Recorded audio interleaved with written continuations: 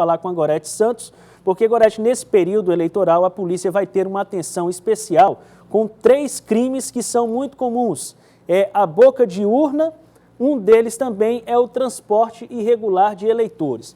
O que pode e o que não pode? Gorete, você está aí na sede da Polícia Rodoviária Federal, que faz a fiscalização nas rodovias. Bom dia para você.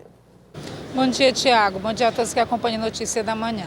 A Polícia Rodoviária Federal está se preparando para intensificar essa fiscalização e há muitas dúvidas dos eleitores, quanto a esse transporte irregular. O que caracteriza de fato o transporte irregular de eleitores? Porque não é somente, por exemplo, no ônibus coletivo, no micro-ônibus, o carro de passeio também pode ser caracterizado. A gente vai conversar sobre isso agora com o inspetor Fabrício Loyola, que tira essas dúvidas para a gente, inclusive para que uma família, de repente, ou alguns amigos, numa ânsia de dar uma carona para alguém, para que chegue mais rápido ao local de votação, não possa ser caracterizado, de repente, como essa carona como um crime eleitoral. Isso pode acontecer? O que de fato pode se caracterizar, inspetor? Bom dia.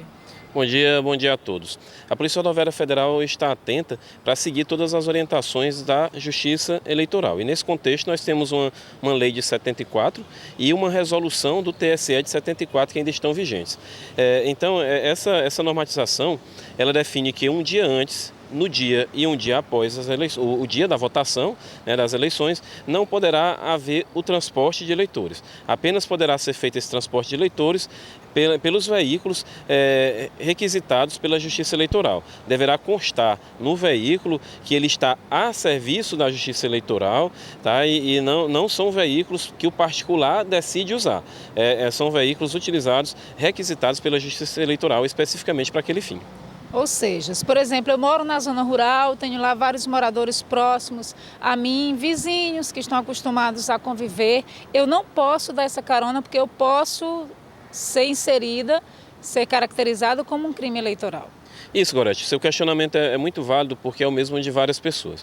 O que acontece? Se forem pessoas da mesma família, você pode transportar, Você pode transportar uma pessoa da mesma família. A PRF reconhece que o Piauí tem um transporte público deficiente em várias cidades do interior, mas a Justiça Eleitoral está tomando providências com relação a isso, até porque há membros da Justiça Eleitoral em diversas cidades, nesses locais onde há mais difícil acesso. No caso dessa exceção, é porque de fato um período de exceção, é um período de eleições no qual o cidadão vai poder exercer ao máximo a sua participação na gestão do país, elegendo representantes para tomar decisões por ele. Então, é um período de exceção e você tem que colaborar. Então, procurar o transporte fornecido pela Justiça Eleitoral e evitar algumas conversas, como a gente sempre aborda, as pessoas tentam enganar os órgãos de fiscalização, a polícia não adianta, porque os órgãos estão integrados.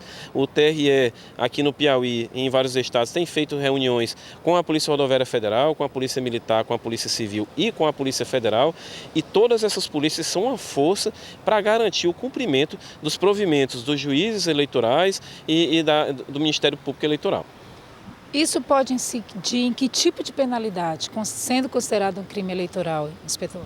Olha, as penalidades são das mais severas. Além da previsão de multa, nós temos também a previsão nessa lei de 74 de penas, inclusive, de reclusão após um processo no qual se garanta o contraditório e a ampla defesa. Mas a penalidade é bem severa. Você pegar já a possibilidade de reclusão, então são penalidades bem severas. É interessante que o cidadão procure se orientar sobre esses meios de transporte, esclarecer que o veículo, você que tem um veículo alugado à sua disposição, à disposição da empresa, ele pode ser utilizado desde que ele não seja utilizado para fim eleitoral. Então, pessoa que tem um veículo alugado para o fim particular, ele pode ser utilizado.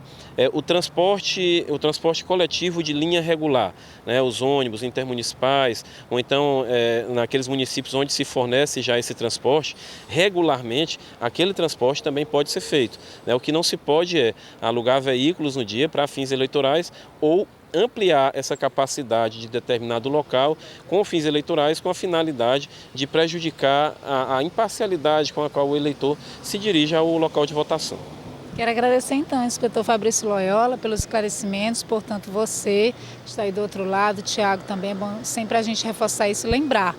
Infelizmente, se você costuma transportar aí amigos, né, alguns vizinhos, colegas, enfim, moradores próximos, é melhor ficar atento, recusar essa carona no dia da eleição, um dia antes também, um dia após, para evitar problemas com a Justiça Eleitoral. Tiago. Obrigado, Gorete, pelas informações.